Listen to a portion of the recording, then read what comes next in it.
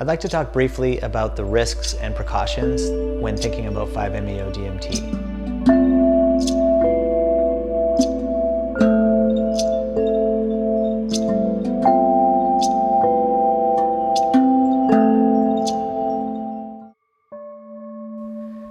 For the most part, if the right conditions are in place, 5-MeO is a very safe substance. It metabolizes very quickly out of the body and is a very powerful medicine to work with. But there's definitely some factors that we take into account and that you should take into account when considering if this is the right medicine for you.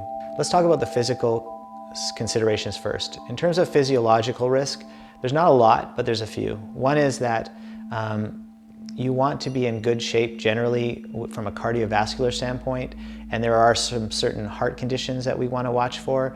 Just because when you consume this medicine, it does accelerate the heart rate. Your whole system kind of activates in a way.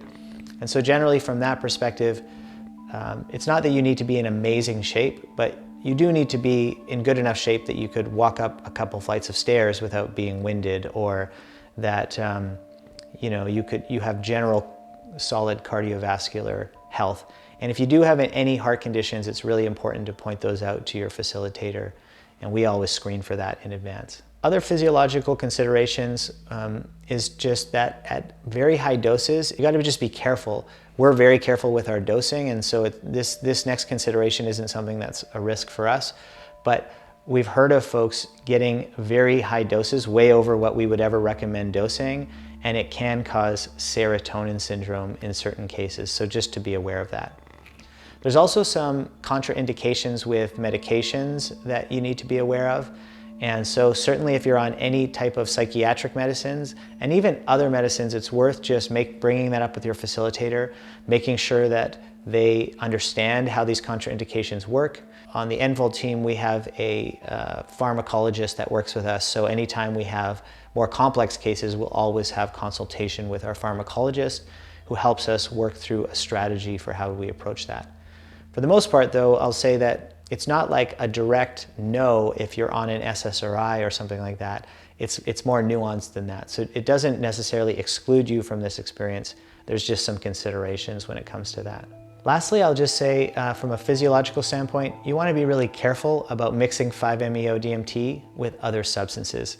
Mostly because it's just such a powerful experience that if you're mixing it with other substances, it could increase the sort of heart risk considerations, the serotonin syndrome considerations, or it just could create such an intense experience that you become physically unsafe. In fact, like you do something physically that you're not aware of that causes you bodily harm, basically. So I would just be careful about mixing it with other substances, and if you are doing so, make sure that you're working with a very experienced facilitator who understands all of that. From a psychological standpoint, I'd say there's a few more considerations, and this is more what comes up when we're screening and thinking this through with our guests.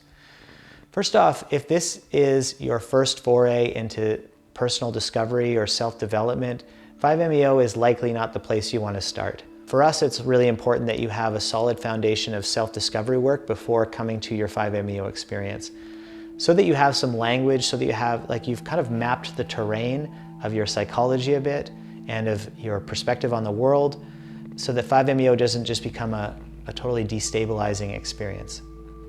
So that might look like you've done a bunch of coaching or reading, or you've done workshops, you've done therapy, you've done other psychedelics. Any of those things or any combination of those things is usually a good place to start before coming to 5-MeO-DMT. And then I mentioned destabilization. One of the things that's just a fact about 5-MeO is that it can be a very dysregulating experience. It's kind of part of the reason why we take psychedelics is actually to dysregulate our perspective on the world. 5-MeO, just because it's so strong, we have to be careful that in general you're feeling like you're in a stable place in your life. So if you feel like you're in a place right now where you feel groundless, or it's hard to maintain a job or maintain any type of relationships, or things aren't feeling generally reasonably stable in your life, then 5-MeO-DMT may not be the right medicine for you at this time.